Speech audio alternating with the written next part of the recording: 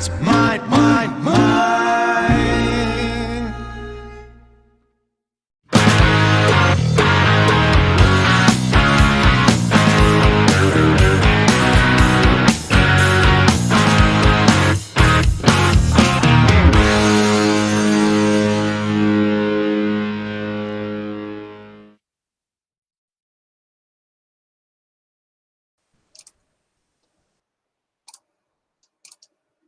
Oh, we lost Luke again right at the beginning. He's having a little bit of technical issues, keeps dropping out. Hopefully this doesn't keep happening. So we will we will wait here just a second. Yo. Hey, I don't know why that keeps happening. That's perfect really timing. Yeah, no kidding. Good God. Oh God. All right. So what's up, everybody? It's Friday once again. Welcome to geez, I'm all scrambled up. Welcome to Kiss Meets Podcast, Crazy Kiss Countdown. You wanted the best. I'm one of your hosts, Speedy Gonzalez. and I am Camera Disappeary. The amazing Camera Disappearing Man. Or Pepe Le Pew, whichever. Yeah, that's what keeps happening. I keep getting canceled. Cancel culture. All right. Well, Jesus, we could not have timed this episode better. Did not even realize until earlier today, seeing a post from Bruce Kulick himself, which, by the way, what's up, Taylor? Hey. Welcome back. By the way, we're doing Unplugged this week, so thanks to a post from Bruce himself earlier, it turns out that today is the 25th anniversary of the release of the album. So could not have planned this better. I wish I could tell you we planned it out this way, but we didn't. Right. It kind of worked out. So I guess it kind of paid off to, skip a week or two here and there. So here we are. Yeah. So yeah, Unplugged. It's, another great live album, two live albums in a row. That's feels kind of odd to do on this, but the way we're doing it this time, it's definitely always fun to go back and revisit this album, and might have to end up watching the video too, because I feel like it's been a while since I've watched that as well. Couple quick little news pieces that's popped up. David Pia, who is the official Kiss costume maker, has been kind of teasing and hinting on Instagram and Facebook. He has created some Kiss shoes, and they are specific for each member, different type of design that corresponds to each member. He's going to make an official statement shortly, probably within this weekend, concerning when it's going to be available, especially prices. That's what I'm most looking forward to. I gotta tell you, they're pretty cool looking. My favorite so far, because he kind of just showed a little sneak peek of what they look like sitting in the box. My favorite ones are actually the Tommy ones. I think they look really cool. And then also the Gene are probably my second favorite. And then as far as the Eric and Paul, they're cool, but I'm not a big fan of the type of print that he went with for their look. But if you hop on Facebook or Instagram, check out David's page. I'm sure if you're a member of any Kiss groups on Facebook as well, I'm sure it's been posted in there. Definitely check it out. They do look cool. Even the boxes that he designed have a really cool design for each member.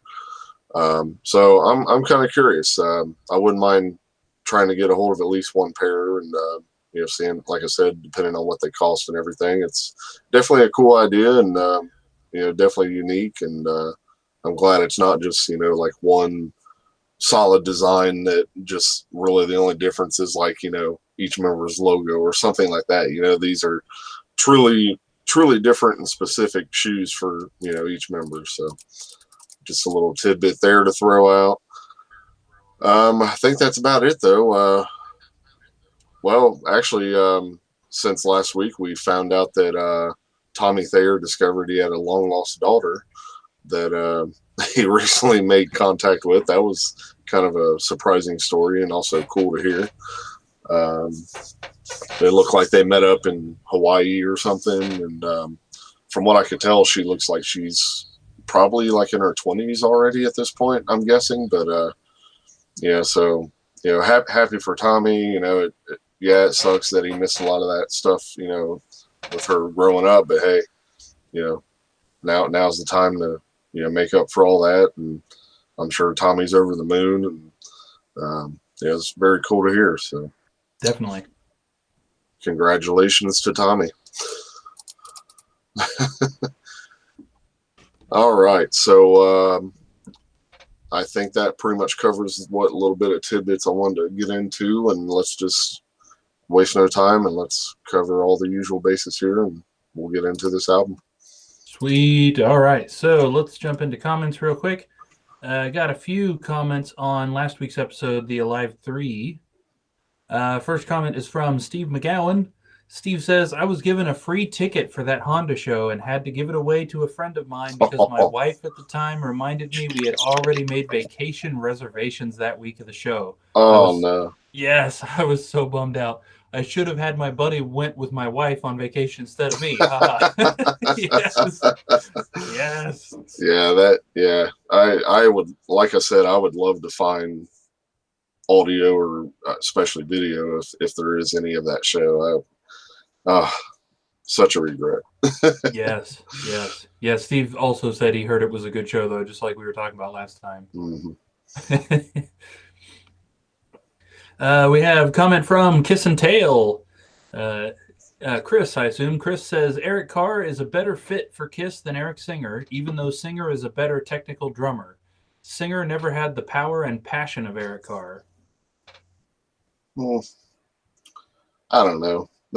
That's just kind of here or there. I mean, Eric definitely had his own, type of Eric Singer. I mean, had his own type of, just, killer instinct per se. Especially on that Alive 3 era. Oh, yeah. When he came in. I mean, the stuff he brought to those songs and his playing style and everything. Yeah, I mean, things may be a little different nowadays, and we've talked about that, but it is what it is. For sure. I got a comment from Carolina Hard Rock. Scott says, at that point in time, I was really, really bummed out because of Eric's passing. Even though I seen this concert twice, I could not get over the fact that they had put an album out so quick after his death. This concert is one of the most memorable concerts of my life. I was front row, one of the last general admission shows I had attended, and I'm telling you, what a blast. Very cool. Yes.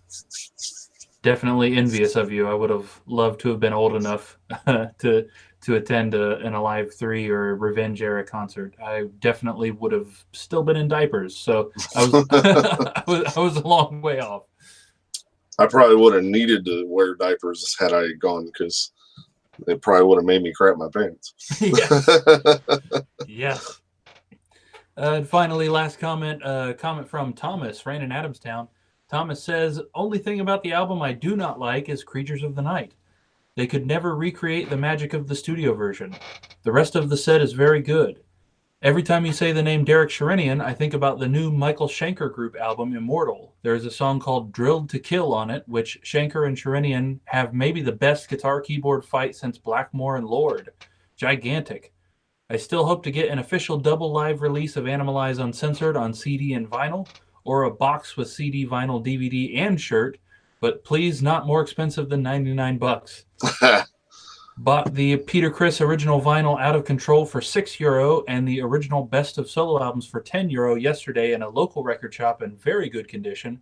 Interesting that shortly after a new release on CD and vinyl, the people get rid of their old copies for cheap prices. You could not find these albums for years in local record shops. I gotta respectfully disagree about the Creatures thing, man. I mean, don't get me wrong. Yes, the studio version's great, but God, there's just, we've said it enough about the Live 3 version. I mean, we don't really need to repeat ourselves, but I respectfully disagree on that, man. I'm sorry, but Something about the drum sound in the original, I think it really does. I can see why you'd love that one over a live version for sure. And maybe the tempo of the album version 2 is a little bit, kind of makes it somewhat heavier per se, just because you can really kind of just feel that chunking, during the lyrics and everything. Definitely. And then also he mentioned that Derek Sherinian being on the Michael Schenker group album, and I actually just recently read about that. I've been wanting to listen to that because Derek just put out a solo album earlier last year, I think, and he posted yesterday he's already working on another one, and Michael Schenker is going to guest appear on Derek's album. So, very cool. Yeah, I bet that's going to be another really, really cool thing. And of course, Derek is working with Simon Phillips, the drummer, who is in Toto, and he's done 100 things. He was on a Judas Priest album. Excellent drummer, and also amazing. On Derek's albums. Yes, so I'm sure those are killer. Absolutely amazing drummer, yeah. All right, so over to our polls. What do we got here? Go ahead and start with that. Excuse me 1 minute. I will be right back. Right on. All right, guys, so we're going to do the normal PSA here. If you're a regular viewer, you've heard this a million times. If you're new here, first of all, welcome and thank you. Please subscribe if you wouldn't mind. We would really super appreciate that. It helps out a lot, and we really appreciate all the support, you guys. We do some other stuff over on Facebook as well as the YouTube live shows that you're watching right now. We like to conduct tournaments with Kiss songs, and we just finished a massive Facebook tournament of all of the studio songs for Kiss. We put all of them into a random number generator essentially and created matches and went through it. It took us probably actually a little more than a year to get through it. We've just finished that, and so we have started in its place a tournament full of all of the live songs. So if you haven't, jump over to Facebook and search Kiss Meets the Podcast. You can like our Facebook page. Again, much appreciated for any support. And then also you can search Kiss Meets the Podcast group. We have a private group. You do have to request access to join, but we approve everybody, so don't even worry about it. Put your request in there and we'll get you in there, because for some reason on Facebook, the only place you can post polls is in a group. I don't know why. But we want as much of this as we want as many votes as we can get on these. So definitely jump in there and get in on these. We want to hear your opinions about these songs. So last week, we posted 6 matches, which we talked about in last week's episode. I've got results for you guys real quick. We posted Psycho Circus from the Millennium Concert versus Goin' Blind from MTV Unplugged. And Goin' Blind takes it with 89%. Jeez. No love for that Millennium Concert. We also posted Tears Are Falling from Kiss Rocks Vegas versus Plaster Caster from Unplugged. And Plaster Caster takes it with 80%. Perhaps one of the most notable matches in this entire tournament also has one of the most notable results. We posted Rock and Roll All Night from Alive 3 versus Rock and Roll All Night from Alive 4. Alive 3 takes it with 100% of the vote. That's amazing. Yes, not a single vote for Rock and Roll All Night from Alive 4. I believe that's the first time in both tournaments now that's happened. Am I right? Yep, absolutely. We have never had one not get a single vote until that. Wow. Which I didn't see that coming at all. I never would have expected that. Let's see. We also posted I Love It Loud from Alive 3 versus I Want You from Alive 2. And we get I Want You takes the win with 69% of the vote.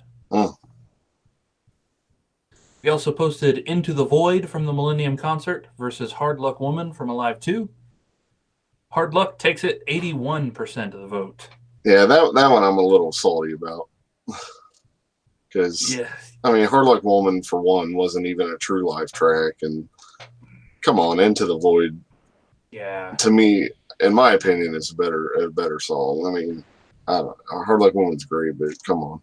Yeah, I totally agree. Hey, there's Thomas in the chat. What's up, man? And also, yeah, I 100% agree with you. There is not many good things to say about that Millennium concert. Right. I mean, this is the only chance Into the Void had, though, so I'm a bit disappointed it didn't make it past round one. Mm-hmm. Taylor asked if we can do a live 4. I believe we are planning on doing a live 4, correct?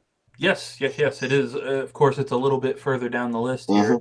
So Not a whole lot longer now at this point. Damn it. Sorry. Luke will be right back. But yeah, I don't believe a live 4 is too much farther down the list now at this point. The way we're doing it. Oh. There we go. I'm hoping once I start closing out some of these apps, it'll stop doing that. I hope. Yeah. We've got next week is Carnival of Souls. The week after that will be Psycho Circus, and then the week after that, Alive 4. Sweet. Yeah, that answers another question because I was like, I hope we're not doing you one of the best again. No, God, no. so thank God. Thank God we're going to Carnival next week. Yes. So finally, as far as results, we did also post Take It Off from Alive 3 versus God Gave Rock and Roll to You 2 from Alive 3. And Take It Off takes that one with 61%. I like that. Yeah, I can get behind that. So as always, you guys, we do have 6 matches posted right now. They were just posted earlier today. We are accepting results. So if you haven't already, jump over to Facebook and get those results in. Again, Kiss Meets the Podcast group. You can search that, request access to join, and we accept everybody. So don't let that get in your way or anything. So what you can go vote on right now is Love Gun from Alive 4 versus Nothing to Lose from Alive. Firehouse from Alive versus Forever from Alive 3. Psycho Circus from Alive 4 versus Black Diamond from Alive. Beth from Alive 2 versus Detroit Rock City from Alive 2. We may have another 100% there. Yeah, I kind of hope, honestly. She from Alive versus Lick It Up from Alive 4. And finally, God of Thunder from Kiss Rocks Vegas versus 2000 Man from MTV Unplugged. Wow. Thomas, where are you located, man? He says it's in the middle of the night where he's at. I might be recalling wrong, but was it Australia? Man, we have a few Australia viewers. That's pretty cool. Yeah, I might be completely off track on that. But my memory is not good. Yeah, speaking of the group page, I did just accept, I think it was like 4 new members earlier today. So welcome to the new members. We are definitely over the 100 mark now as far as the group page goes. So we definitely appreciate it. And, please keep spreading the word. Keep them coming. Yes. Gotta keep it coming. Yeah. All right. So album info then? Oh, already. Okay. Yeah. I think Let's get there. Yeah. All right. So Kiss Unplugged, or sometimes referred to as Kiss MTV Unplugged, is an album by Kiss. Big surprise, surely. This was released March 12th, 1996, 25 years ago today, as we mentioned earlier.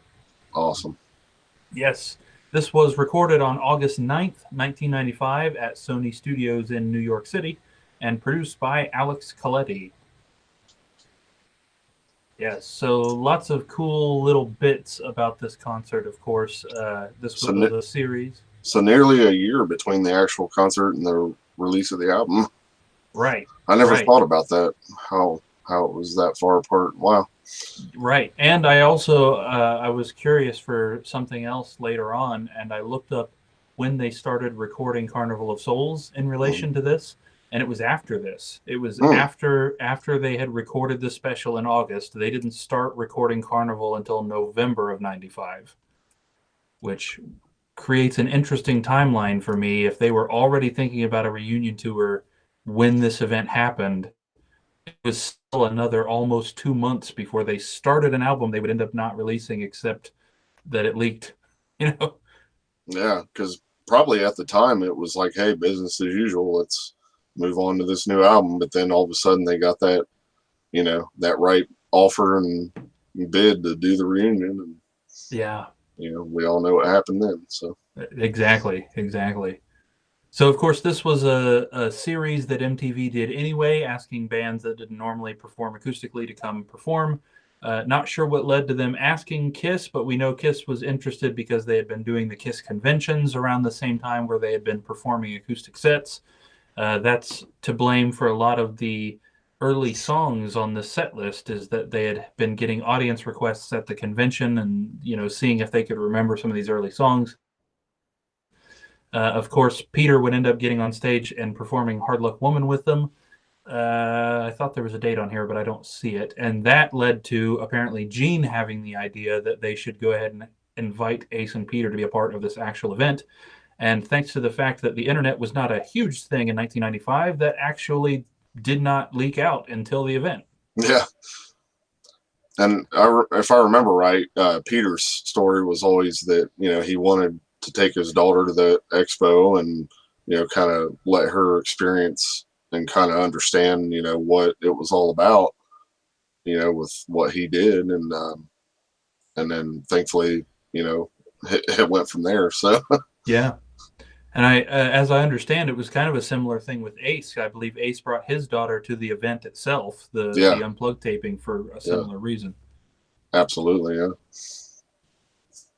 I mean, you think of the MTV Unplugged itself. I mean, there's been so many great episodes of that. I mean, obviously there's you think of like the Nirvana one. The Nirvana one is arguably the most popular one out of all of them. Alice in Chains had a great one. Paul McCartney, Eric Clapton. It just goes on.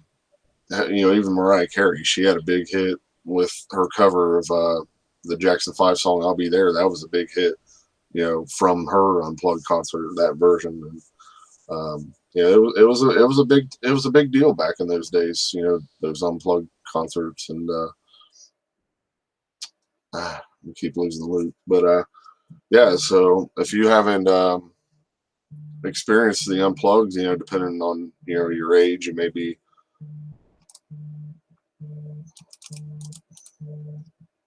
There we go. Okay. Yeah, I was saying, for anybody out there that maybe you're a bit younger and you're not familiar with Unplugged, you wasn't around, or old enough at the time, go look them up. I'm sure you've had to have heard at least their Nirvana stuff by now. So, but look up a lot of the other performances. There was definitely a lot of great ones, and it's kind of a shame that that's no longer around either. So, right. Yes, this also, if any of you have Kissology 3 or just the standalone release of MTV, there's a lot of songs filmed and on those releases that are not on this CD. Mm-hmm. A lot of cool stuff. And if you can manage to get your hands on probably bootleg copies, there's a lot of outtakes and interesting screw-ups and them doing songs over and over, which I don't know about you, but completely changed for me how I viewed this special, knowing that it wasn't just a smooth sailing regular live show at all. Yeah, they ended up doing Domino like 3 or 4 times, and because Gene kept forgetting the lyrics, and but that's the beauty. That's what happens. Everything isn't always perfect the first time. So but that definitely is. It's kind of a whole different experience to watch that version. That has all those included outtakes and goofs and things that were cut out, and the whole God of Thunder country thing and everything. Yes. All right. So let's see. What else do we got here? They did release this version of Rock and Roll All Night as a single. It did actually get up to number 13 on the U.S. mainstream rock tracks. That's neat. The album itself got up to 15 on the U.S. Billboard.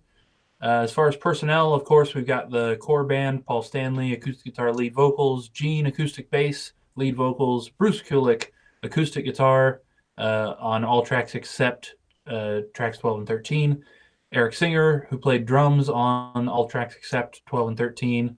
Also vocals on track 14. Then we've got Ace Frehley, who played acoustic guitar on tracks 12 through 15.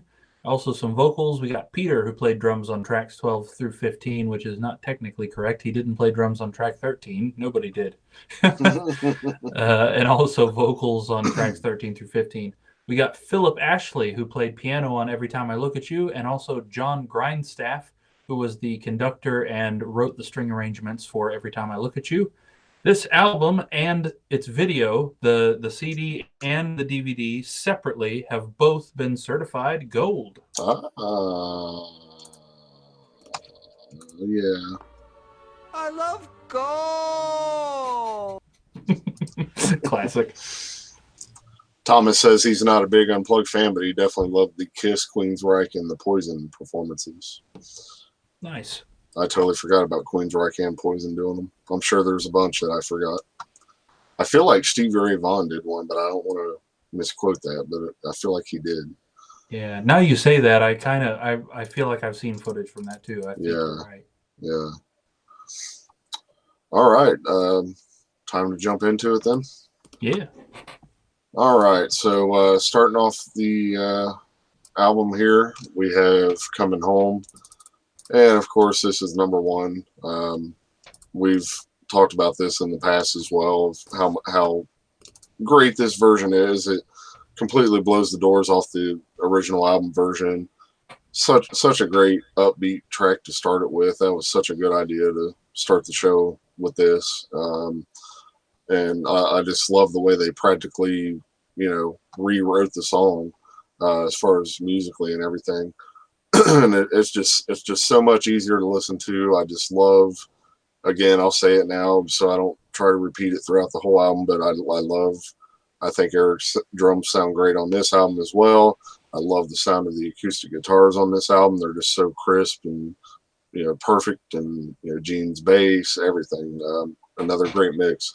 So, yeah, I can't get enough of this. I obviously, if I play a track off of this album, it's usually this one.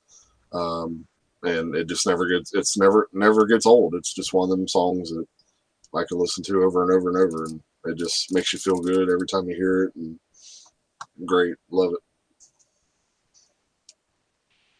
Yep, definitely agree. Yeah, I mean, you basically just read my notes. Number one for me as well. Way better than the studio version of the song. Perfect mix. Guitars sound great. Drums sound great. Great way to open the show and the album. Mm-hmm. I mean, literally exactly what you just said. Yeah, we told you guys last week we'd probably be blowing our number one right away. So Yep. Can't help it though. Yes. So next up is Plaster Caster. This one was number 9 for me on this listen, and hey, this was cool. I mean, that was one thing about this album too. I love the refreshing feeling of all these songs that aren't so many repeats from the other Alive albums. Seeing songs like Plaster and all that, and Coming Home right off the bat. This was a great version. I remember back around the time that when this, or maybe as I watched it as it aired, I was kind of like, "Ooh, how's this going to sound?" But it was pulled off well. I thought it translated well for the acoustic thing. I like the little added little solo that they added towards the end of it there, and going into the end of the song. I thought that was a nice little plus there. Kind of made the song that much more cooler for me. Yeah, so just another great Gene song, and it's one that I wish they would have performed a lot more often. Still to this day, yeah. Number 2 for me, man, I thought this is just such an unexpectedly great second song for this set. Honestly, this is going to be my broken record thing for this. The set list for this show is just freaking amazing. Mm-hmm. Same thing as I was going on about last week with Alive 3. Whoever was coming up with the sets in this era needs a freaking raise, man. The Revenge era of Kiss just never fails to deliver amazing versions of older songs. And I just, if somebody asked me, make your perfect Kiss set list, acoustic or otherwise, Plaster Caster is probably not going to be what my mind goes to for a second song, but dang, it works so well right here. Yeah. And obviously on the actual show, I'm sure if I remember, there was a little bit of talking and chatter. But I like how they edited it on the album, where it's just like, "Hey, this is a real treat for us," and then it just goes right into that dun dun dun, dun, and it just kind of made it that much, hit that much harder, and it's very cool. Yeah. Scott, what's up? Carolina Hard Rock. We're not really early tonight. We're kind of back to our usual time frame right now. And he said, did we get his picks for Live 3? I did see that posted on the page. I didn't know when you had posted those, so I assume Luke's already got those counted in. So, yep, got it. Awesome. All right. Next up is Going Blind. We're staying with Gene here. Number 5 for me. Again, we lost Luke again. Sorry, guys. He's been having a little bit of an issue throughout the show already, so if he drops out here and there, we'll just keep it rolling and work with the punches, as they say. But anyway, Going Blind's number 5 for me. I, again, love this version. They did a fantastic job of translating, again, from the album version to this. Let's see. Is he there? There you are. Weird. You know what's even stranger is it's not like my browser is closing or anything. Like I can still hear and see you. It's just I disappear off the screen. Wow, that's odd. I don't know what. And it's like a Be Live is just suddenly like, nah, not anymore. Jeez. Yeah. I don't know if I got a weird setting on or what. Yeah, because even on mine, it's showing that the network quality is a bit lower on Be Live. I don't know if that's part of the issue or what. Right. Yeah, because we lost him again.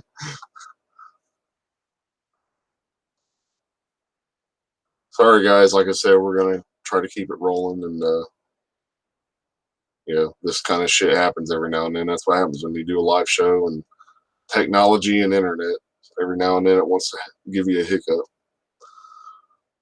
So anyway, Going Blind was number 5 for me. I definitely, again, like this version better than the original album version. Obviously, it has to do with the quality for me. I love Hotter Than Hell as an album, but of course, we all know and have discussed, as far as the album quality itself. So I like the quality of Unplugged better. So yeah, anyway, I was saying Going Blind's number 5 for me. I like it better than the album version. And again, just Gene continuing on and great vocals and everything. Of course, you gotta like when he throws in the Little Lady from the Land Beneath the Sea line on here that was in the original demo. And then also, instead of the I'm 93 or 16 after the first verse, he goes right in back to the and I know how. So yeah, number 5 this time. Indeed. Number 10 for me this time. Yeah, I do like this version a lot, and this is a song that I really like of theirs that I feel like they largely ignore recently. And I mean, just basically beyond the early days, they pretty much ignored this. I've often wondered, nowadays that lyric change bothers me a little bit. Not that it ruins it or anything, but not only do I like the album lyrics better, but knowing how much trouble Gene was having with some of these this time, it makes me wonder if that wasn't on purpose. If he was just singing whatever came to him, No, that could be very well true, based on what was to come. Right, you gotta wonder. Yeah, it's like no matter how much they rehearsed it, it's like, I don't know, I guess I don't know if it's nerves or just that adrenaline that gets to him, certain settings, and he starts forgetting words. Yeah, get a teleprompter, buddy.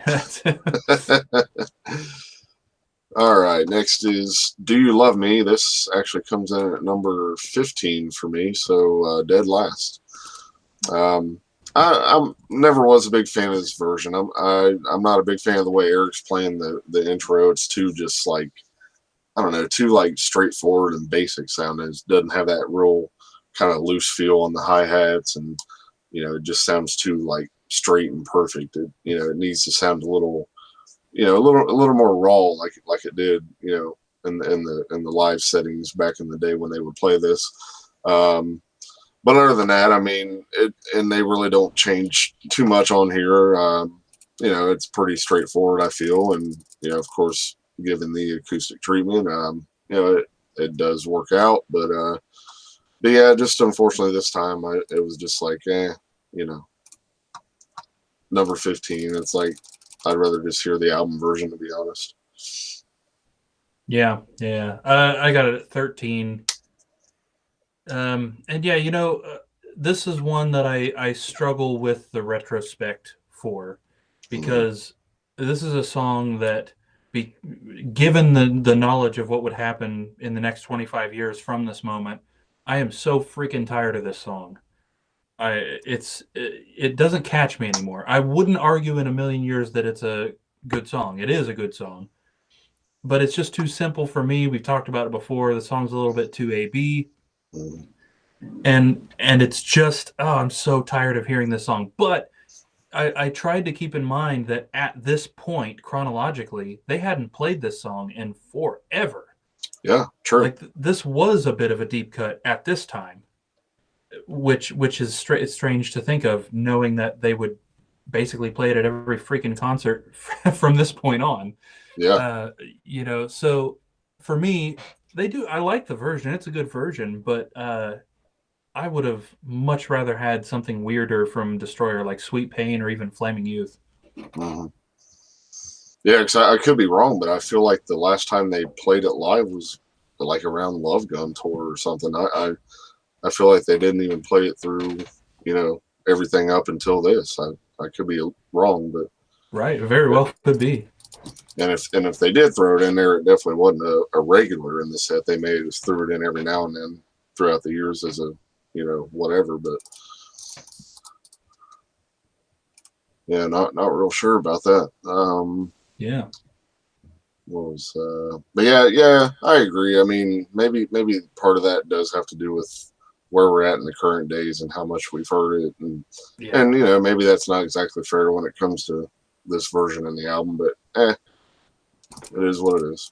For sure. All right, next is Domino.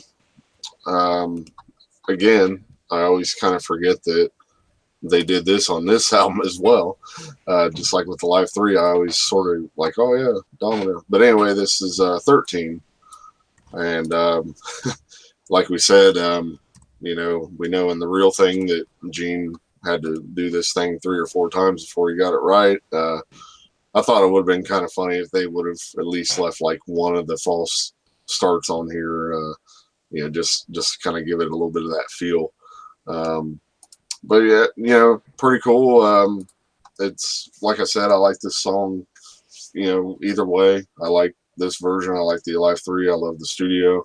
One thing I like about this is, you know, Eric, because on Alive 3, you know, the ending with that little roll thing, he does it different on Live 3, of course, where he's doing more of a China and double bass thing. Well, and then on this version, he does it more true to the album with the basic roll. So I like how he kind of changed it up between each live album and, you know, based on the setting. But yeah, I keep saying it already, but it translates well. I need to stop repeating myself, but it does. And fun song and fun to watch Gene stumbling over it so many times on the video. Yes. Number 8 for me. I'm glad they picked this one of the newer songs to include on this. This was another one that, like you said, surprisingly translates really well. You know, and then last week I complained a little bit about the version on Alive 3 because I like the studio version's dryness. And that still holds true here. I'll always put the studio version first, but I think I put this version just a hair above the Alive 3 version just because it's acoustic. It adds an extra interest that makes it worth, you know, if I weigh the studio version against Alive 3, I almost always pick the studio version because of that dryness. But Right.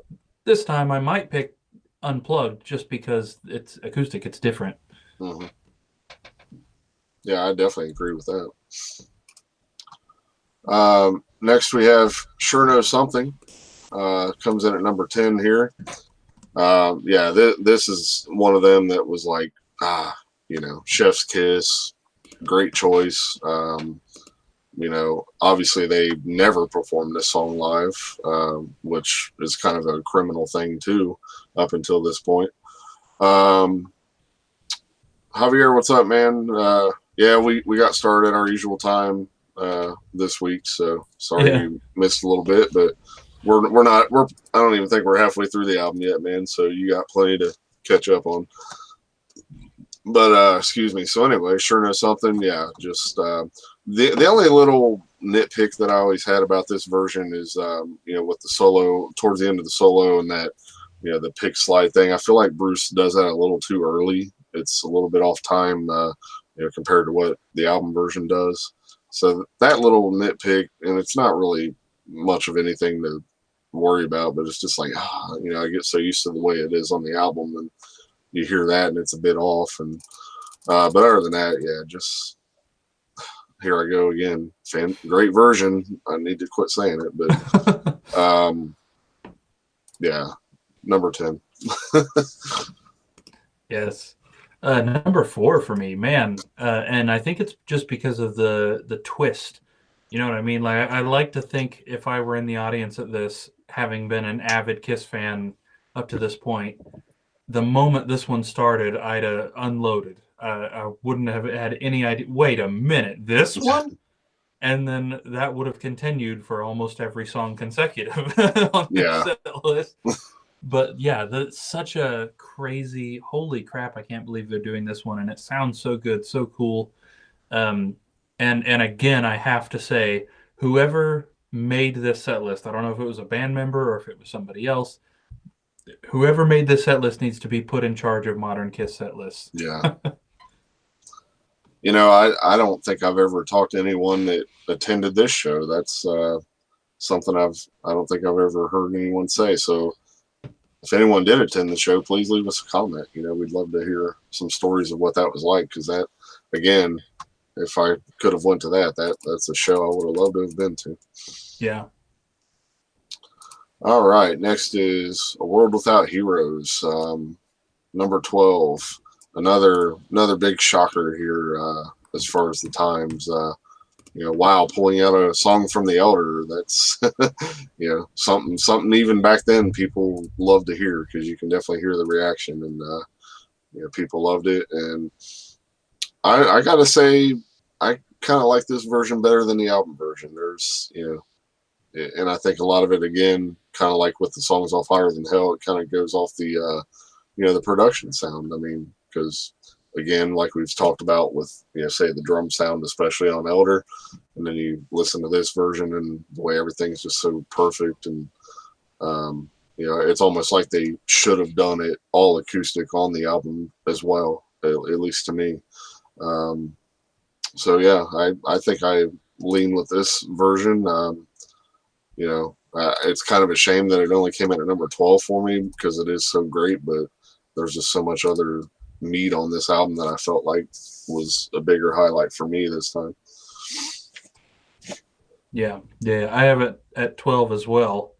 And yeah, this one, I think it would have ended up higher for me, because to me, this one is just as unexpected as Sure Know Something, if not even a little bit more unexpected. And for an acoustic show, if somebody was like, oh, we got to do something from The Elder, this was the obvious, I think the only thing that stopped it from being a little bit higher is just, I was really listening to this one, and I feel like at the beginning of this, it's a bit rough. It's like, I don't want to say that it's a train about to derail. It wasn't that bad, but it feels like there were some moments where everything wasn't quite as tight as other points on the album. Having said that, though, it's still a really good version.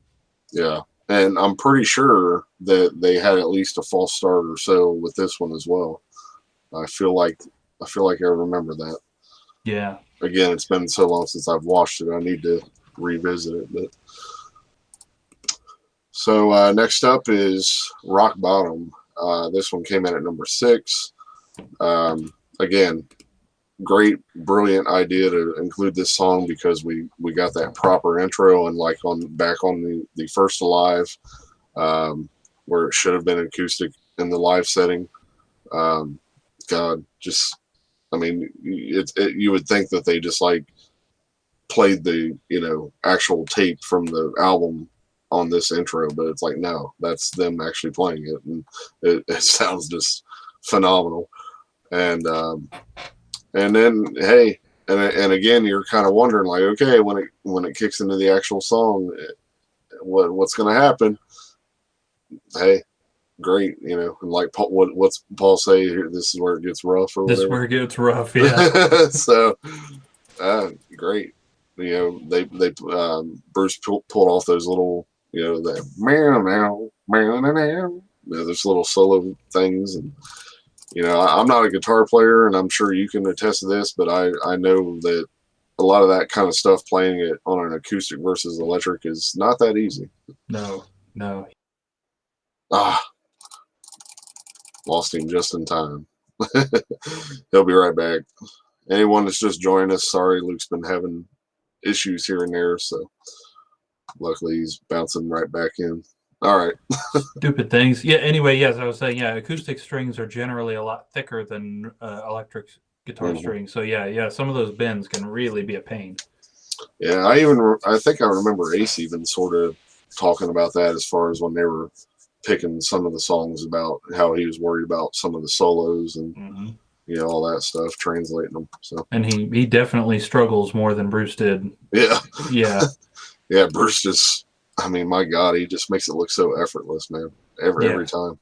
Every time, yes. So, all right. Let's see. I'm sorry. Oh, you're good. I got mixed up. I was thinking you already went. Yeah, stupid camera. I put this one at number 9, and yeah, man, it's so cool to hear that intro actually acoustic. The only complaint I have is that they shortened it, just like they did on a live. They shortened it, and the song's already so short. I thought, if you're gonna really do it and it sounds so good, do the whole thing. Jeez, but yeah, this one I think for me is the biggest surprise as far as translating to acoustic really well. This is a song that I would not have thought the whole thing sounds so good acoustic, but it still does. Just like the whole rest of the album, it translates so good.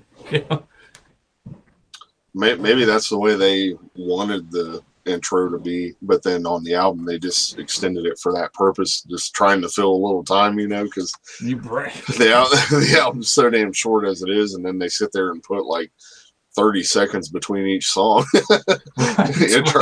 Trying to get as much time as they can on that album. So I don't know, probably not though, but yeah, I definitely get it. All right, so now moving into See You Tonight. This was another one that was shocked the hell out of me at the time.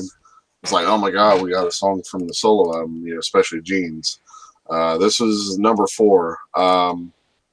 If you guys go back to that episode when we did Gene's album, I love this song. I always have. Such an underrated Gene song. It's such a great ballad. And this, again, was just another one of those perfect choices. And Gene pulls it off just as good. It's got, there's things about the album version that, have that little magic to me, but thankfully this version still was able to pull those same kind of feelings, thank God.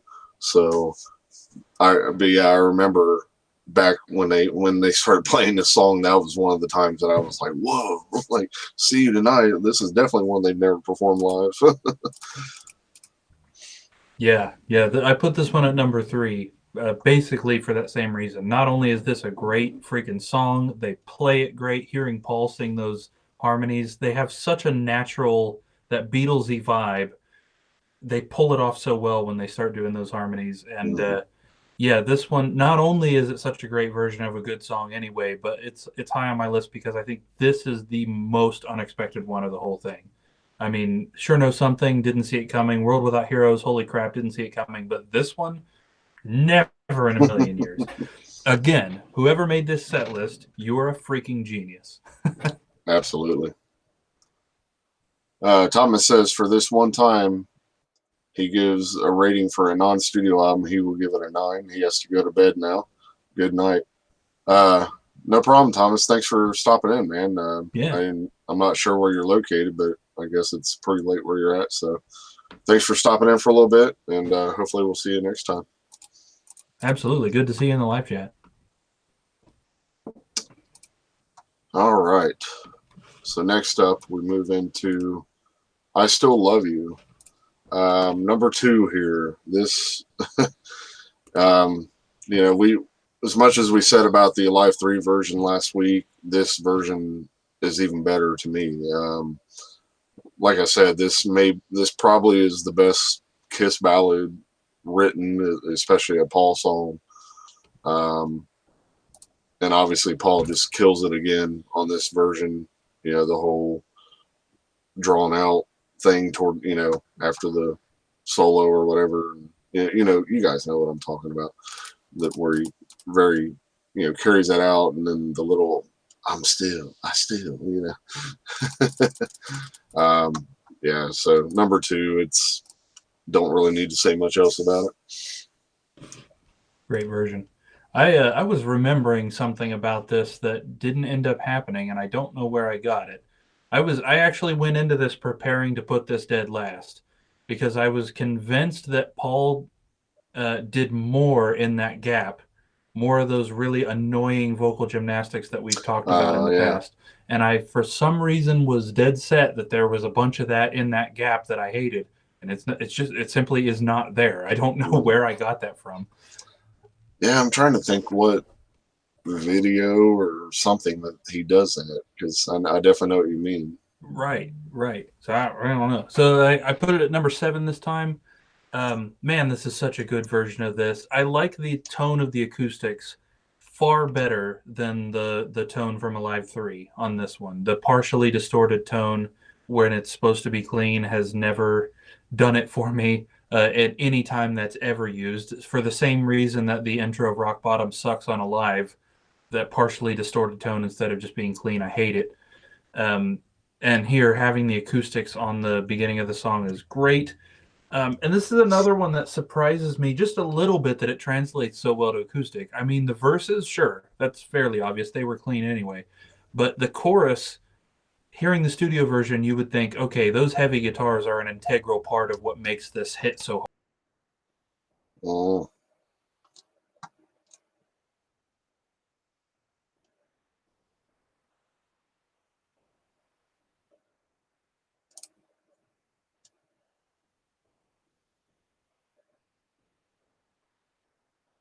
All right, I hit the button.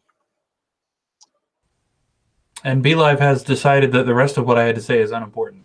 But yeah, anyway, no, I mean, thanks to Eric just killing this drum part and Paul just going nuts on that vocal thing like he always does, that chorus loses none of its weight and power. Totally. David Smith, what's up, man? He says 9 out of 10. It's been a while since he's listened to this album, but still an awesome top 3. Coming Home, Rock Bottom, 2000 Man.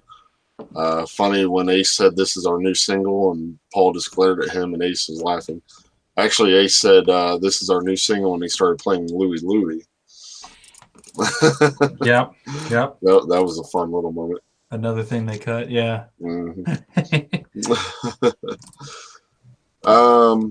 All right, we go into Every Time I Look at You. Now, again, I don't remember if this was really after I Still Love You on the actual video, but when this song started, I'm like, if Paul really did do these 2 songs back to back, good God, I give him credit, because good Lord, vocal gymnastics.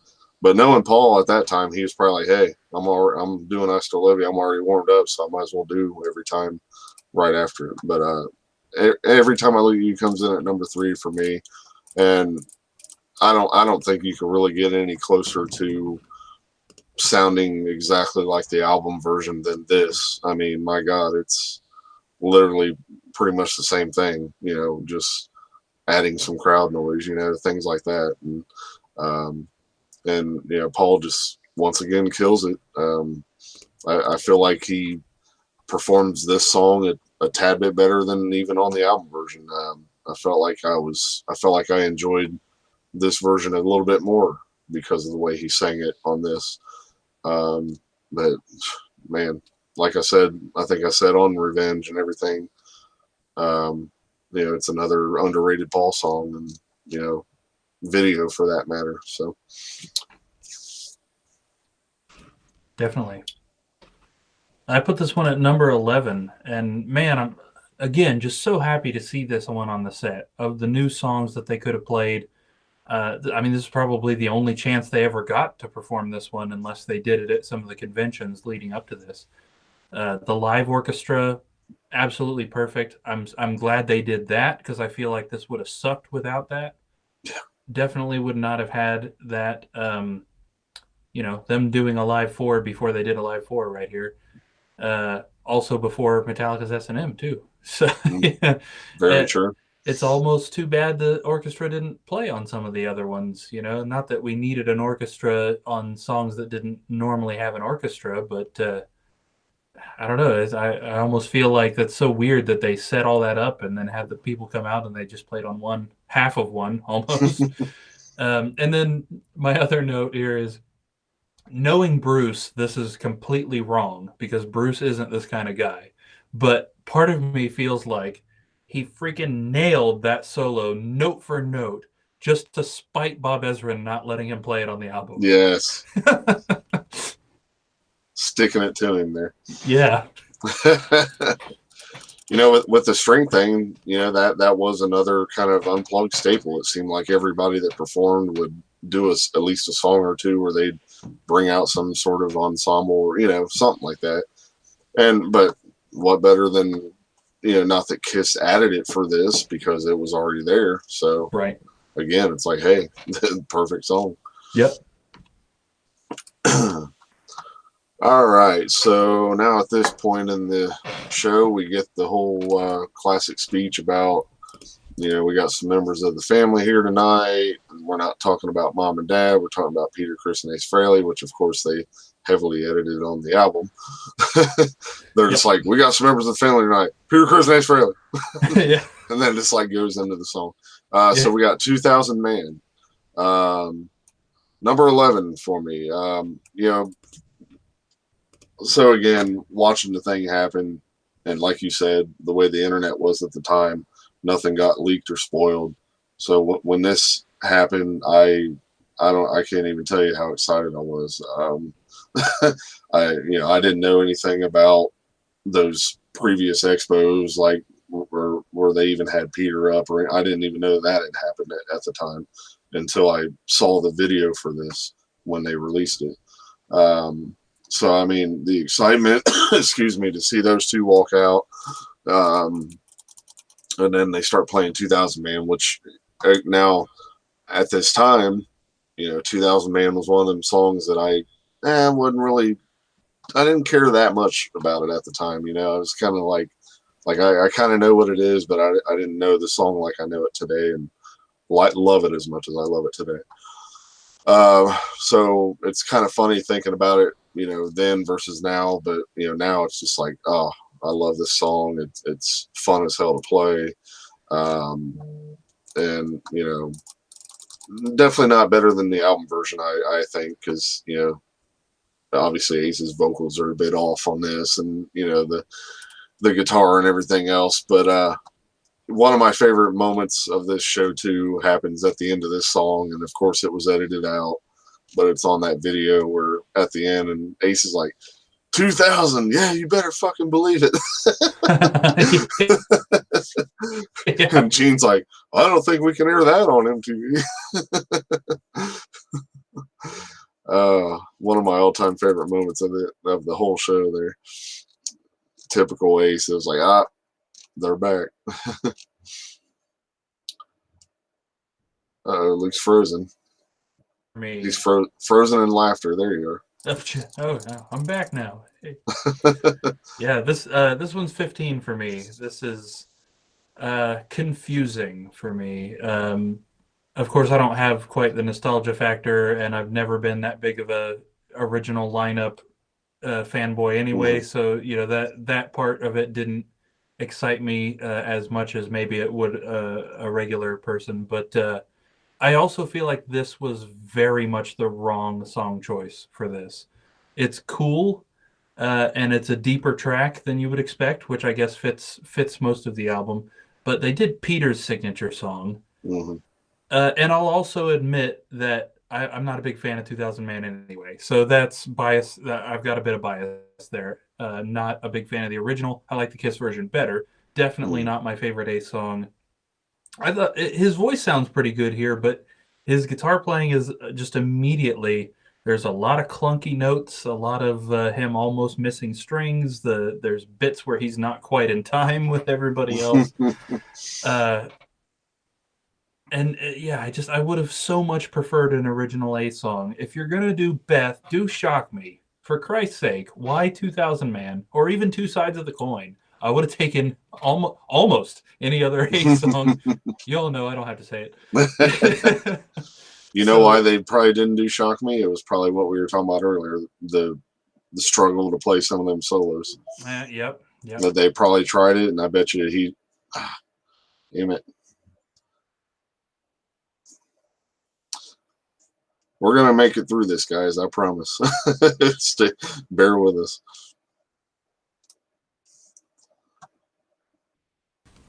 Damn it.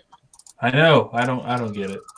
I told them we're gonna make it through this. Bear with us. Yes, we're so close. But yeah, I guarantee they had to have tried that song, and Ace was probably just having trouble. So 2000 Man came out somewhere. But, yeah. Still not a terrible version of the song. I don't hate it. I don't skip it. But like it, I just wish it was something else. Yeah. All right, so then we go into Beth, which is number 14. Excuse me. We got, kind of I don't know, I guess a live performance of the Phantom version, if you will. That's what it always kind of reminds me of, that acoustic version that was on Phantom. And, here we are again. For me, this was the first time I had heard Beth done this way. I didn't know Peter had done a version of Beth on one of his solo albums prior to this, but so hearing it this way was a first for me, and other than the Phantom thing, but as far as live. But yeah, the reason it came in so low is, it's like, obviously Peter's a little off on this version. He's not hitting it, his best that he has on other recordings or whatnot. Not that it's his worst either. I've definitely heard worse versions, especially when I sing it, but or whatever you want to call it. But no, as far as Peter himself, I've definitely heard him do worse. And it's not flat out horrible. And you gotta love the moment. The whole "Me and the Boys" will be playing.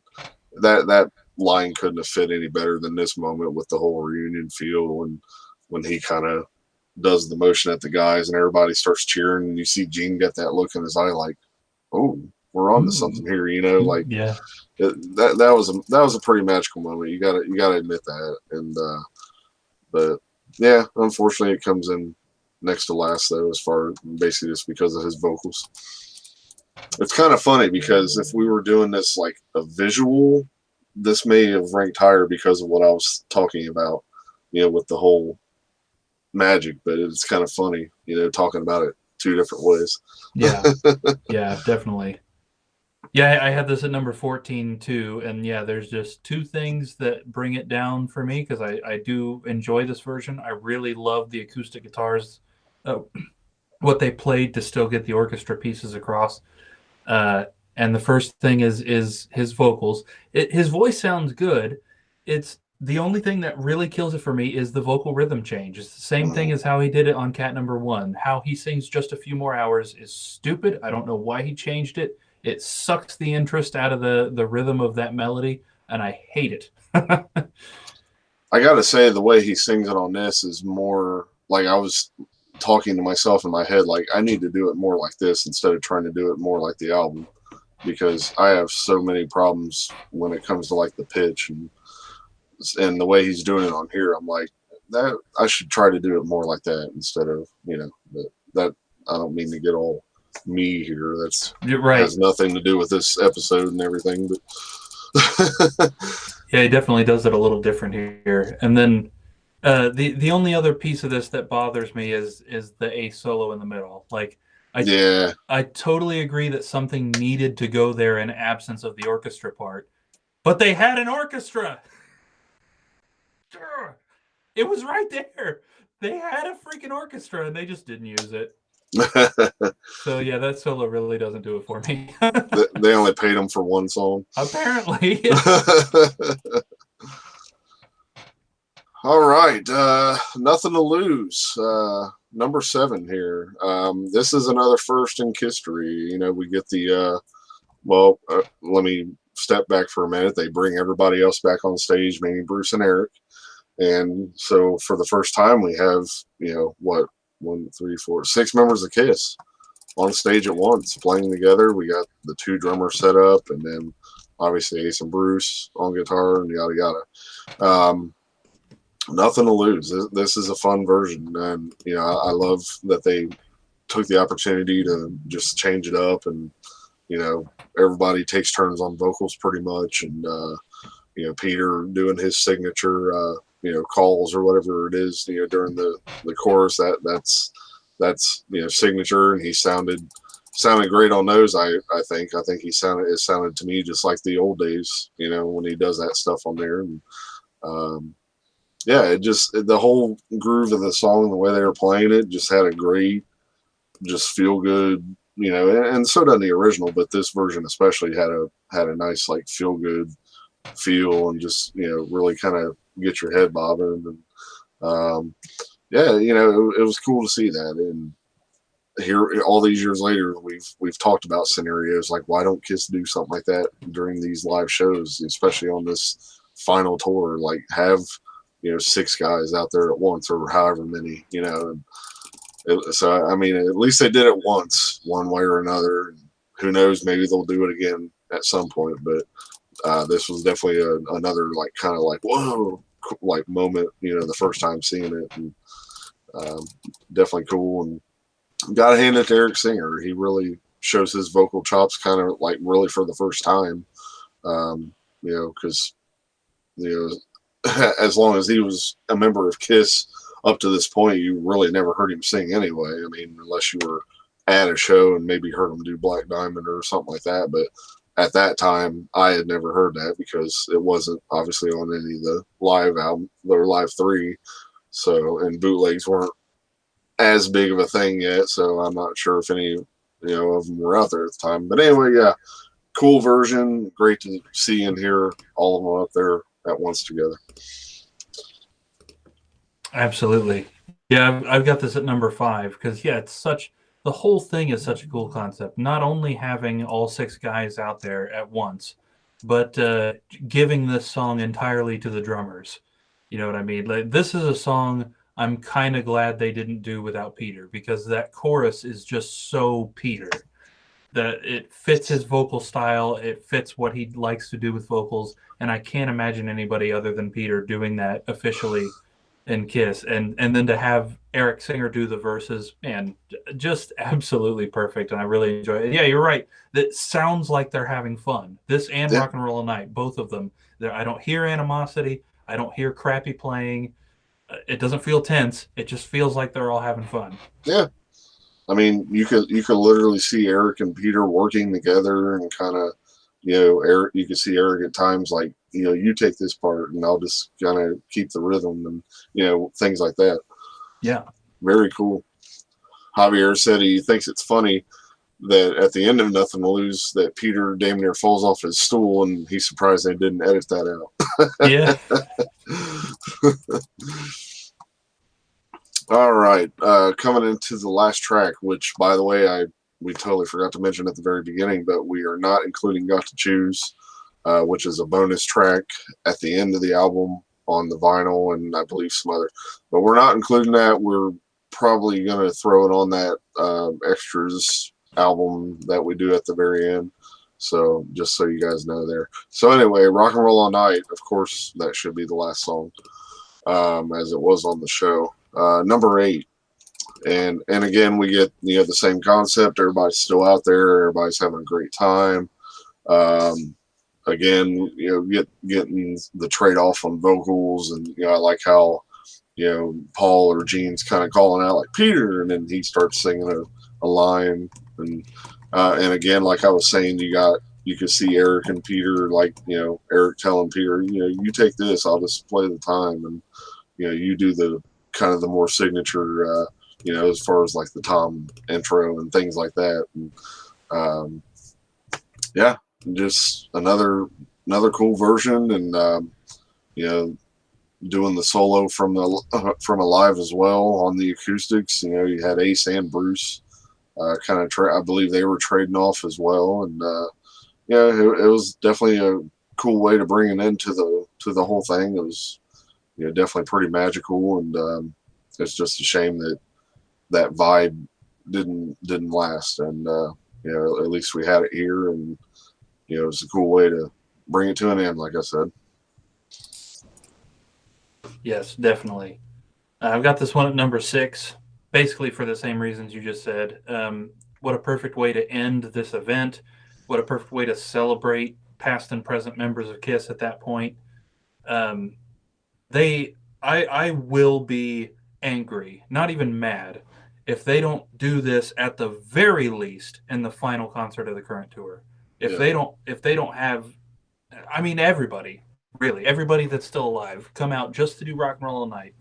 They really ought to, unless they ask people and they all refuse. I feel like that's the only excuse. I'm just some guy though, but it worked so well here perfectly. Having 2 drummers doesn't hurt it. Having all those people on stage, having Ace and Peter sing the second verse was super cool. Bruce and Ace, of course, as a guitarist, that just my brain is exploding in little pieces hearing the 2 of them trade that solo. It's so cool. Yeah, this song is one of those that tends to get a little bit boring because of how many times we've all heard it as KISS fans, but this version I feel like still holds a crazy amount of interest, not only because it's acoustic and it translates well, but because of having all 6 members on this. Just so great. Yeah, I agree with what you said. Like, if they don't do the entire last show or even half the show this way, then yes, it should at least be for Rock and Roll All Night, and maybe even Black Diamond if they could stretch it that far. Because I feel like it would only be fitting to hear Peter sing Black Diamond one last time live. Right. So who knows? And I feel like they can afford it. They could get a, the whole what do you call it, the holograms, and have Eric Carr and Mark St. John be a part of it some way. Yeah. And the other thing about it, my gut tells me that I highly have a feeling that Vinny wouldn't be a part of all this, and that's just kind of, again, him burying himself, to be honest. I'm sure he'd be welcome, but I just, at this point, I got a feeling they wouldn't even invite him, or if they did, he would probably even turn it down for all we know. Right. And you know what? Yeah, there might be a small inkling of me that would be like, oh, he should be up there. But at the same time, if it's everybody else that's still here, I'm perfectly happy with that. Yeah. But and again, a big part of me has that doubt that they'll even do it, and that's what kind of sucks. But I hope we're wrong. I hope we're going to be shocked, and if it is only that one final show for sure, and they don't start doing it, on, say, the next leg of the tour or whatever point, and it's only on that very, very last show, which, again, just like when they announced before that it's supposed to take place in New York, I would still love to try to go to that because knowing that would be the last show of shows, I would love to definitely attend that. And, obviously hit the one that's around here as well, of course, but I feel like that would definitely make up for some of those regrets that I did miss throughout the years. Is if I could attend the final show, that would be amazing, especially in a place like Madison Square Garden that I've never been inside of as well. That's another thing to its own, Right. All right, so wraps up the album here. As far as overall rankings here, I give it a 9. Again, like we said, you said it a lot. I hinted at it a lot. Great, perfect set list. So many just perfect songs that just felt like it was made for this type of setting. They, again, to use the term, they all translated great.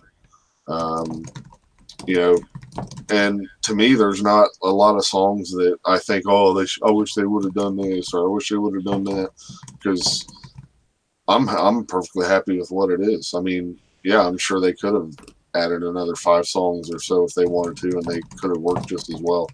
But that's one of the things I love about this album too. Like I said at the beginning, it's refreshing to see so many songs that are either performed for the very first time or stuff that we just didn't get crammed down our throats from Alive, Alive 2, and Alive 3, you know, in some cases being repeats when it came to Alive 3. And it was so refreshing just to get that kind of, you know, feeling of a set list of stuff that we're just not hearing all the time for the most part. And we lose Luke again. But yeah, just a refreshing listen. There we go. So yeah, a refreshing listen again. It's always fun to revisit this thing. Like I said, I want to watch the video again at some point to kind of revisit that too. And so yeah, very solid 9 here. Yeah, absolutely agree. 9 for me too. I'm just so glad this exists, honestly, because I feel like if MTV hadn't contacted them, the Kiss convention acoustic performances would have been this legendary thing that if you weren't there, boy, you missed them doing deep cuts. You missed all sorts of songs you never would have guessed translated to acoustic. Yeah. I feel like we just wouldn't have got any of that. And man, I don't know if anybody expected Kiss to be on Unplugged, but dang it, if their songs don't fit perfectly for this sort of thing. Didn't seem to matter. Yeah, it didn't seem to matter what they did. New songs, old songs, stuff you didn't think would fit, stuff you did think would fit. Every bit of it was great. And for that, this is one of my favorite live releases from Kiss. For that, and the fact I think it has a lot to do with this being the Revenge era and lining up again. There's a lot of the same things we were talking about last week. The band just has a razor sharp focus at this point. I think Paul and Gene are in maybe the best shape that they had ever been musically. I mean, they've always been in really good shape vocally, but being around all these grade A technical musicians throughout the 80s, I think really kind of shaped them up. And so they were just in amazing shape here. And then, of course, Bruce and Eric continue to bring extra special, unique touches to those older songs. And I'm so glad that they did the ones they did. I mentioned it over and over and over. The set list is amazing. Unexpected twists all over the place. There are only a couple that I'd change, and even those are nitpicks. I'm not sorry at all to have the ones we got, not even a little bit. I know we're not reviewing the DVD, but just knowing how awesome the stage set was for this event, it just elevates the experience of listening to it. I can't not picture that rock and roll over floor design. Yeah. Holy crap. And the costumes up behind him, absolutely genius. And of course, I think, honestly, this is absolute perfect fit event for the Ace and Peter reunion. It felt like the right time in history for amends to be made. It, knowing those guys are getting those guys properly acknowledged for their contributions again after all those years. It was cool hearing the original 4 play those couple of songs, and it was even cooler having all 6 members on stage. So overall, absolutely top marks for me. I still think this beats out any of the more recent acoustic performances they've done too. Oh, 100%, yeah. Yeah, like you were touching on there, like, yeah, we didn't even really mention, as far as the visual, with the stage setting and, the mannequins up in the back with all the costumes and that was, I guess, in a way they were bringing just a little slice of what those conventions would have been like, having those original costumes there and things like that to see. And yeah, that was a cool visual moment. And I was just thinking back, like, I remember, like, when, because like you were saying, like, no one wouldn't necessarily expect Kiss to be doing Unplugged, and I remember at the time it was kind of like a love-hate feel because, like, it's Kiss. You're expecting all the, the bombs and, the heavy, electric guitars and everything else, and so then to think, oh, they're going to be doing this acoustic, late, stripped down, I was like, it's cool because it's Kiss, but like at the same time, I wish it was a full Kiss concert, like I remember kind of having those thoughts, back then, but trust me, like, obviously as the years have gone by, I've taken a whole different, feel towards this show. And I just, I love it more and more as the years go on. And, but I do remember having those little slight feelings like that back in those days. And, yeah, it's totally flip flop from back then. I will give you that.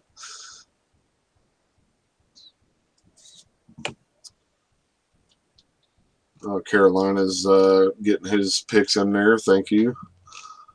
Also Javier said it's amazing to him that when the MTV Unplugged shows are re-aired, that the Kiss one is never won. Yeah, that is true. Strange. Could it just be the mainstream not having that love for Kiss, or is it something to do with the rights to it with the record label? Who knows? Right. Yeah, it wouldn't surprise me if Kiss bought that and doesn't allow it to be aired unless they say so. Or if Mercury still owns it, and that's why, because right. Kiss got away from Mercury, and yeah.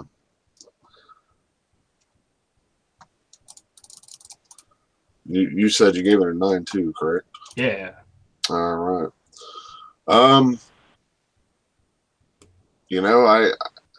I don't know about you. Do you have any true confession? Because I feel like I don't for this one, to be honest. I do actually. Yeah. Okay. Well, we will get into that, and I'll see if something else pops into my head.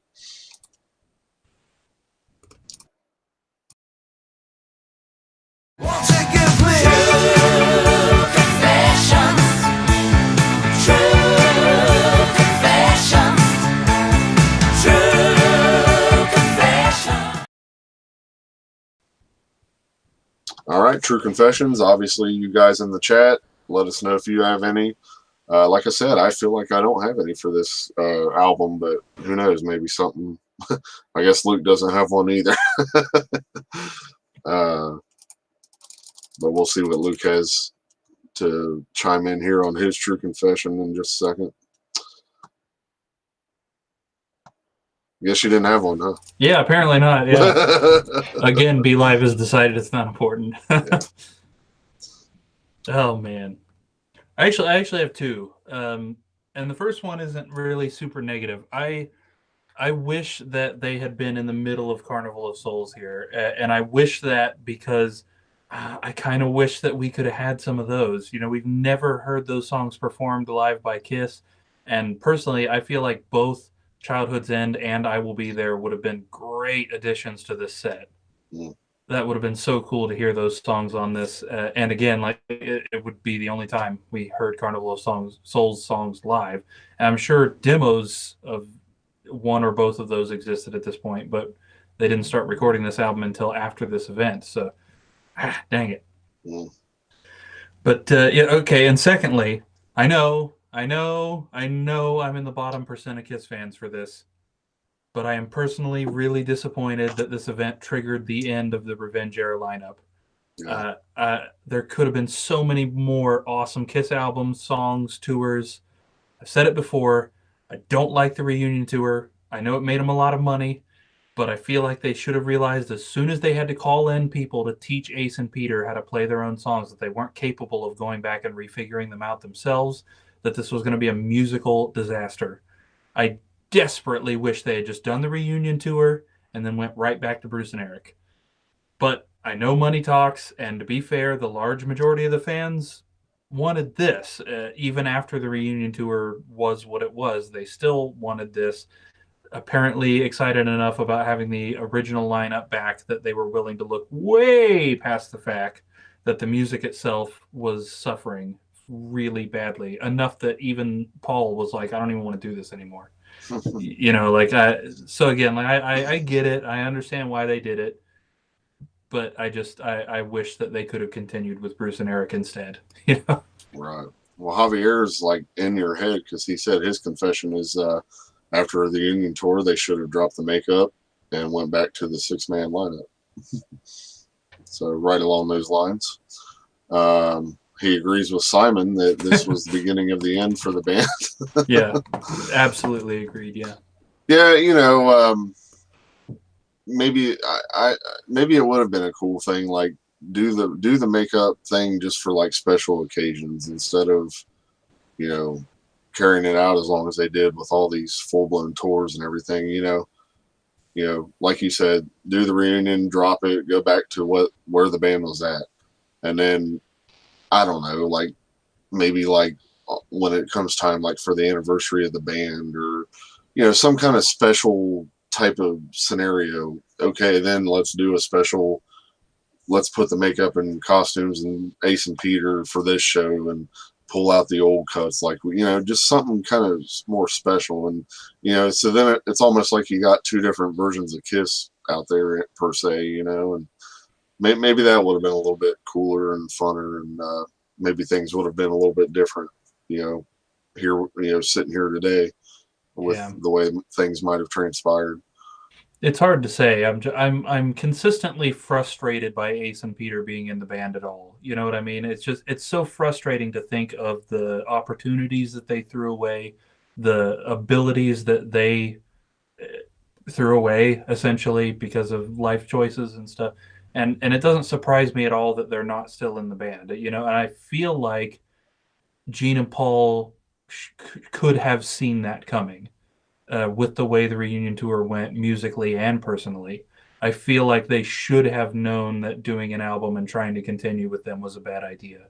But you know, what was it? Was it just the amount of money they were being offered that kept it going, or did they really think Ace and Peter were going to pull their heads out of their butts and do it?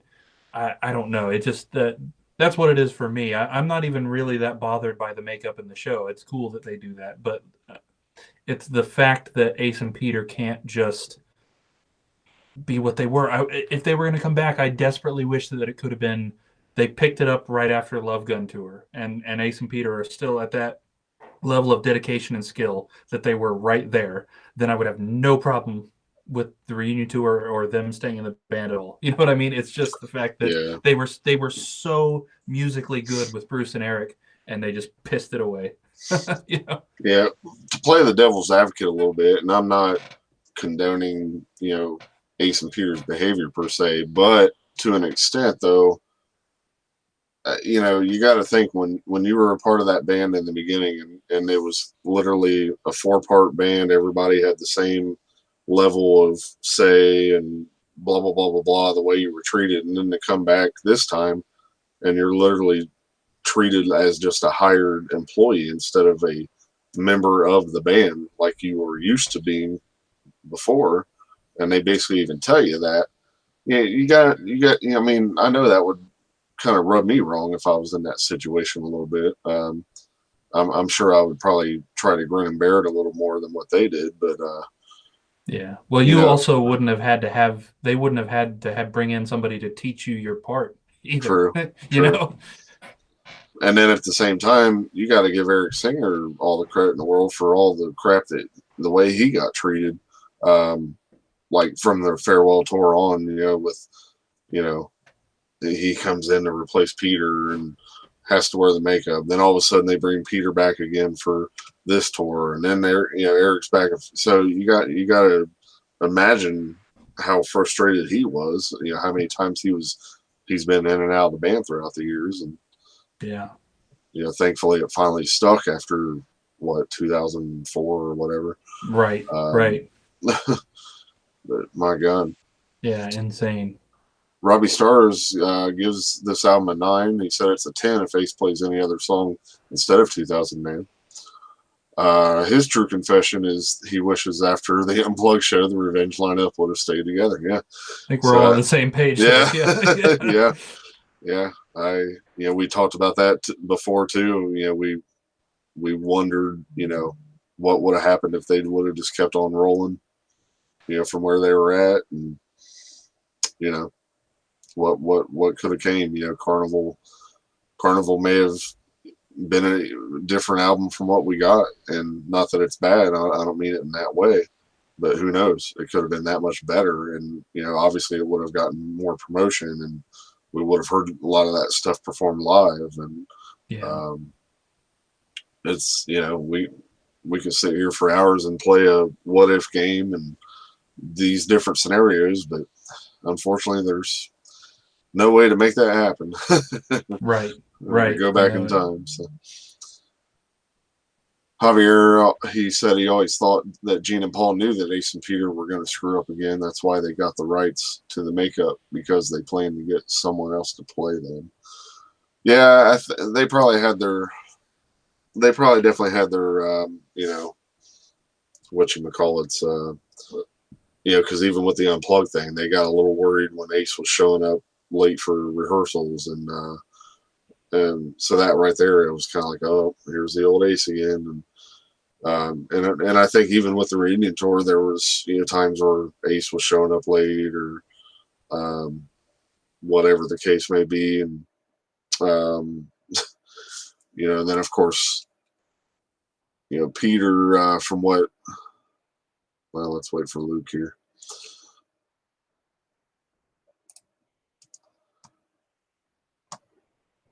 Okay. The opinion I always get, and it's from Peter himself after reading his book, I almost get the feeling that Peter didn't really start his attitude, if you will, or whatever, until he got with his current wife, because the way it sounded in the book, that he was pretty happy and everything, and then when he met her, she started putting things in his head again, and he believed it, and and a lot of it was due to money and things like that, unfortunately. But right. Psycho Circus is polarizing. I'm sure we'll talk about this more when we get to that album too, but that would have irked me, even given, I've made my opinions about Peter and Ace fairly clear throughout the whole time I've been on the podcast, but regardless of all that, they never ever should have gone into the studio under the pretense of making an album with the original four if that wasn't what they intended to do. Yeah. If Ace and Peter are mad about that, I don't blame them even one bit. That was a load of crap that they only got to play on one song. And really, they did that just to sell records. Yeah. Because I know, like I said, myself, along with probably everybody else, was hook, line, and sinker. Oh, new Kiss album, original members, first time in however many years at that point. Oh my God, what's it going to sound like? Oh, everything about it. You see the Psycho Circus music video, which is still one of my favorite Kiss music videos to this day. I ain't gonna lie, but you're watching that and you're picturing like, yes, this is what's going on the whole album. It's just yeah. Absolutely. Yeah, I don't know. So, Robbie said Ace and Peter sold their rights for a decent amount of dough, so it's their fault for having Singer and Thayer in their makeup. Yeah, surely they had to wonder, why are Paul and Gene interested in buying this? Yeah, I think it's because they made that decision, like we had talked about, where, it's only about these four characters, and it's not about who's in the makeup, it's the actual character, and that what the person sees, and we can't come up with other all that crap, that we talked about. And I think that's a big reason right there, is why they wanted to buy the rights. And I'm not really sure why they agreed to it too, but then again, I guess money talks is all I can say. So it does. And I think again, what Javier and Robbie are both saying, Javier especially, that why wouldn't they think that? Like you were saying with MTV, already before they even started talking about the reunion tour, Aces being late for stuff, it seems logical, honestly, that they would look at each other and think, we might need a backup plan here in case this goes south, because they don't want to be out all that money if Ace screws them over. But then again, I bring up the point, if they dealt with that throughout the reunion tour, why did they keep doing it? Why did they do an album? Why did they bring them out again? How could they have expected anything? Yeah, exactly. It's just, And that's kind of sad that it was more about the money, which is why they did the reunion in the first place, and which is why they kept that boat above water as long as they could. right. And I'm sure they hoped that Ace and Peter would, find their groove and get back into it. But how long? How long do you give them? Yeah. Everybody knows that story, which I don't think was until like the farewell tour, where Ace, they thought literally was not going to show up, and they had Tommy in full makeup and costume ready to go. So I mean, everyone knows things like that started happening, and then it's like, wow, they had more than one of the costumes there, or Right. That's another question. But I see, and I don't remember where I heard this, but I seem to recall hearing that they specifically fitted Tommy and had a costume made for him because of that. They thought we might need him to step in if Ace doesn't show. Yeah, I might be wrong, but I feel like I heard that somewhere. and the way they always tell the story, which I'm sure it might be a little fabricated, but they make it sound like it was within the moment of them walking to the stage that Ace came in. He got that last second helicopter flight or whatever. I don't know. Crazy. He said Ace mentioned that he rents his makeup so he gets royalties for it, and that could be the case. At least he's still getting a little bit of a paycheck from it then. I mean, yeah, very true. Might as well. So I think we're at the point of final tallies here, ain't we? Oh, yes. Yes.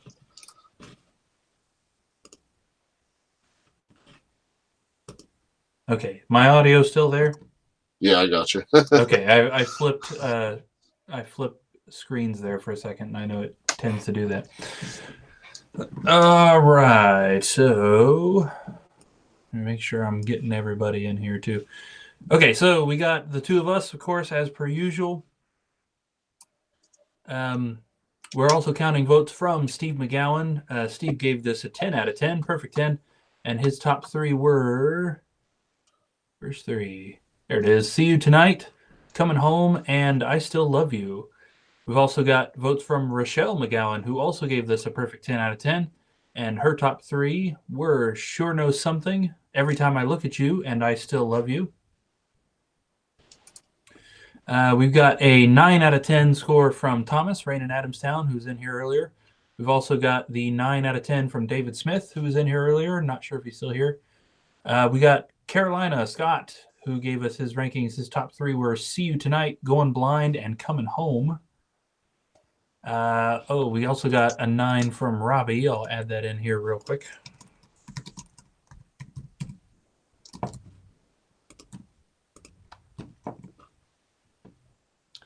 Then we've got votes from last time. We're counting my votes from last time. I gave this a 9, and my top three were Rock and Roll All Night, Plaster Caster, and Coming Home. Not much change there. Votes from you, Eli, last time you gave this a 9 out of 10, and your top three were I Still Love You, Nothing to Lose, and Coming Home. Interesting. Yeah. My dad last time gave this an 8, and his top three were Domino, Coming Home, and A World Without Heroes. Steve McGowan last time gave this a perfect 10. His top three, there it is, I Still Love You, Beth, and Nothing to Lose. I'm having a hell of a time finding the number 3 today. Rochelle McGowan last time also gave this a perfect 10, and her top three, A World Without Heroes, Beth, and I Still Love You. Jacob Hicks gave this a perfect 10. Last time, Robbie Stars gave this a 9.5. Jay Rucker gave this a 9.5 out of 10, and his top three were Sure Know Something, 2000 Man, and Nothing to Lose. Gianni Ottaviani gave this an 8. Brad Holderman gave this a 9 out of 10. So I think that's all we've got. Hopefully I haven't missed anybody. Yeah, I think my picks changed so much because I'm getting ready to start my period, so my progesterone is really high right now. That does tend to mess with it, yeah. I know exactly what you mean. This is kind of interesting. So this ended up with a 9.3 out of 10 average overall, which puts this pretty much top of the barrel. The only thing that is higher than this is Creatures of the Night with a 9.6. Wow. Yeah, so that skyrocketed. MTV Unplugged, now we have a better average overall rating than the original album, better than Alive or Alive 2, better than Destroyer and Rock and Roll Over and Love Gun. That's pretty crazy. Tells you how good this album is. So, in 15th place this time, Do You Love Me? In 14th place, Rock and Roll All Night. 13th, 2000 Man. In 12th place, Every Time I Look at You. In 11th place, Domino. In 10th place, Rock Bottom. 9th place, Going Blind. In 8th place, Plaster Caster. In 7th place, A World Without Heroes. 6th place, Beth. In 5th place, See You Tonight. And our top 4 for this time: in 4th place, Sure Know Something. In 3rd place, Nothing to Lose. In 2nd place, I Still Love You. And of course, in 1st, Coming Home. Yeah. Yeah, that's very close, by the way. Almost all of these scores this time were within a couple of points. Even Coming Home is, I mean, just barely first place over I Still Love You. Mm.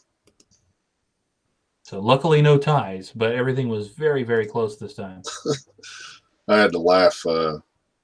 Apparently Gino is like so like out of his mind in the hospital that he's been signing everything that leaves his room, including like menus. So he sent this picture. Oh my God. Only Gino, man. That is amazing. Oh Lord. All right, so that wraps up Unplugged. Like I said, you're gonna have to pop in the video sometime soon and revisit that as well. It's been a long time. So yeah. So thanks again, everyone, for stopping in. So just to reiterate, if anyone missed, we did not include Got to Choose for this. We are going to just go ahead and throw it on the little extras album, if you will, at the very end. And thank God we are not doing the horrible You Wanted the Best this time. So Yes. Next week we are jumping straight to Carnival of Souls, which again I am very excited to revisit and listen to the whole thing once again. Absolutely. Another solid album here. It's going to be interesting hearing everyone else's feedback. Robbie said Hard Luck Woman should have been on the disc. It's definitely on the video. I forgot about that. Yeah, that's weird that it isn't. And Paul singing too, which is cool. Oh yeah, you're right. Yes. See, it's been so long. Oh, and then something just popped in my head what we were talking about earlier. The thing about Ace and Unplugged, I feel like they even mentioned that in that little documentary thing before the show starts. I feel like they even say something about it in there, which is kind of crazy now that you think about it. Like, why would you put that out there? Like, yeah. It was either that or maybe it was on the Second Coming video, one of the two. But I feel like they sort of mentioned that. They talk about Ace having trouble a little bit with the solos, yeah. and like, showing up late and wondering if he was going to come. It's like, wow, you're putting that out there. Like, yeah. All right, so yeah, Carnival of Souls next week. Excited to get into that. Yeah, like Robbie just said, it's killer stuff. You can't wait. I've got a little extra bonus here I want to show you guys. I guarantee these photos have never been seen unless you were at the shows here in Ohio. But a good friend of mine who happens to be the current guitar player in Sweet Pain, his dad had taken these photos in person at the shows. And he was showing some of them to me, and I'm like, dude, like, if you don't mind, I would love to take these photos and, like, scan them and put them into the computer. So I figured, you know what, I'll do a little exclusive here and show you guys some of these on camera, some of the shots he got. And like I say, I guarantee nobody has seen. So like this shot here is a backstage Eric Carr leaving with his face covered. There you see Big John Hart walking next to him there. And I'm assuming this would have been for the Creatures show that happened here in Dayton, because since Eric's still covering his face. Right. And Creatures was the last tour John did with him, wasn't it? Correct. And then you got Paul here trying to cover his face. Wow. I don't know how he got this kind of access and that close. Yeah, these are going to be hard to see because they're from so far back, but that is from that Creature show that happened here in Dayton. Here's Paul. I'm assuming he was taking a break or something and getting a drink. That's them escorting Paul down the steps. Wow. This is Eric Carr in his limo. It's killer. And then these here, you're going to know what these are from.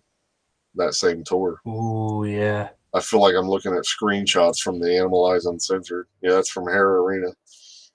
We lost Luke again.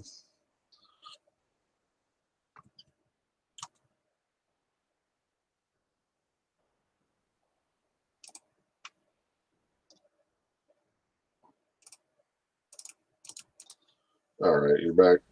Yeah. Oh, there's another one, similar shot. He's even got a couple here that I'm assuming is I want to say Psycho Circus tour. Could even be Farewell, but I mean this killer shot of Ace. Nice. I wish the camera was showing them a little better, but they definitely jump around. This is back to that Animalize.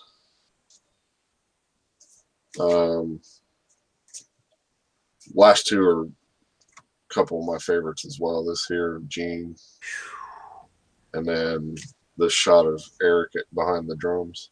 Yeah. Wow. I mean, I've seen a lot of shots like that before that are cool, but to know, I mean, he was physically there. Yeah. That's, and like, I mean, you know, these kind of shots have not been seen anywhere, you know. Right. Like I have scanned them into the computer, so I'm thinking about maybe uploading them to our page so you guys can see, you know, better quality and all that. But I feel like I got to get with my friend, the guitar player, and I need to find out his dad's name. So I feel like, you know, I need to give him the proper credit because, you know, he's the one that took the photos. He's unfortunately not with us anymore. So, you know, Ryan was cool enough to pull those out of his photo album, and you know, I guess he has tons of other like ticket stubs and everything else that, you know, shows he went to back in those days. So nice. I was like, dude, those pictures are awesome. Yeah. So yeah, little bit of an exclusive here. You saw it here first, so we'll see what happens. All right, so I guess that was a good way to wrap up the show. Unless anyone has anything else quick they wanted to talk about, we're going to wrap this up and get out of here. So once again, Carnival of Souls next week. Keep your eye out for more information on those Kiss shoes that we talked about at the beginning of the show. I'm pretty excited myself. Wouldn't mind getting a hold of a pair or two. So, all right, everybody. Everybody be good. Enjoy this beautiful weather and all that good stuff. Be safe. We'll see you next week for Carnival of Souls. Later.